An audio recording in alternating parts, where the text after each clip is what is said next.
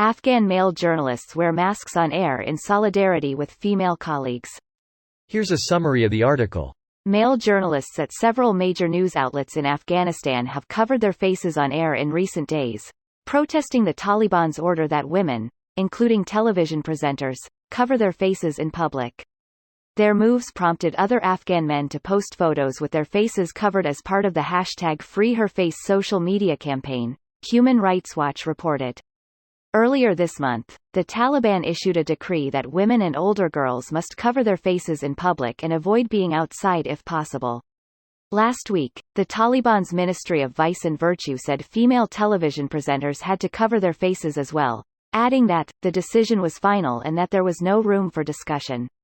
The rule blatantly violates women's rights to freedom of expression, as well as personal autonomy and religious belief. Human Rights Watch Women's Rights Associate Director Heather Barr and researcher Sahar Fetrat wrote of the decision.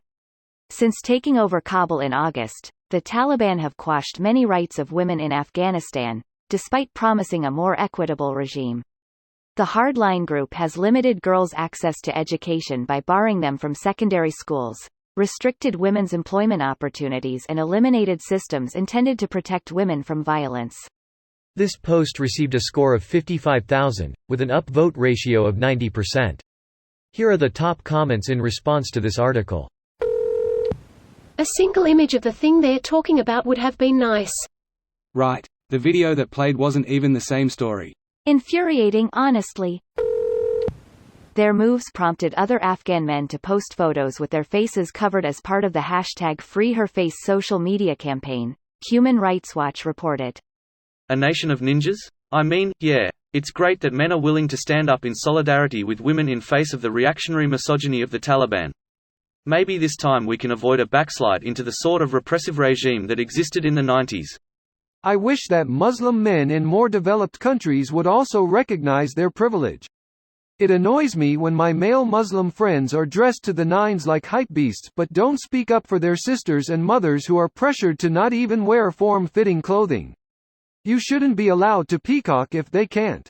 It's funny you say that. BC my Muslim guy friends are definitely way flashier than my non-Muslim friends.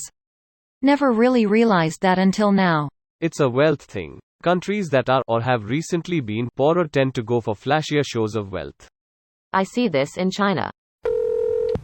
This is the sort of malicious compliance I love to partake in. This is what happens when you let your country be taken over by a group of backwards, religious fruitcakes. Register and vote these religious fucks out of office. Anyways, enough about the US, let's get back to talking about Afghanistan. I think your heart is probably in the right place.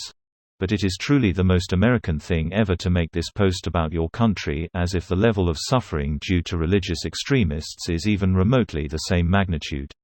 You're not wrong, but we're about one lost election away from being ruled by religious extremists ourselves. They are already rolling back women's rights and they don't even have the presidency or a majority in the House and Senate. They are more likely to take back the House and Senate. Democrats have super thin margins. Everyone needs reminders to vote and to show up. There are actual election deniers on the ballot that would completely destroy the fabric of the country's democracy. If you live in a state where one of these people is running, please for the love of everything vote. The Democratic Party. Forever grasping defeat from the jaws of victory. Seriously, how incredibly shit and lazy are the Democrats? They lost to an unwinnable candidate, then barely squeezed back in based only on name recognition and the fact they aren't hopelessly incompetent. And now they look pretty set to get royally fucked once more. Well done DNC, your endless pandering to centrism and fiscal conservatives will fuck us unsurprisingly yet again, and possibly for the last time. This video was automatically created by Reddit to speech. The article and comments in this video were selected from Reddit according to their upvotes, and any paraphrasing was performed by smmry.com, without any human intervention.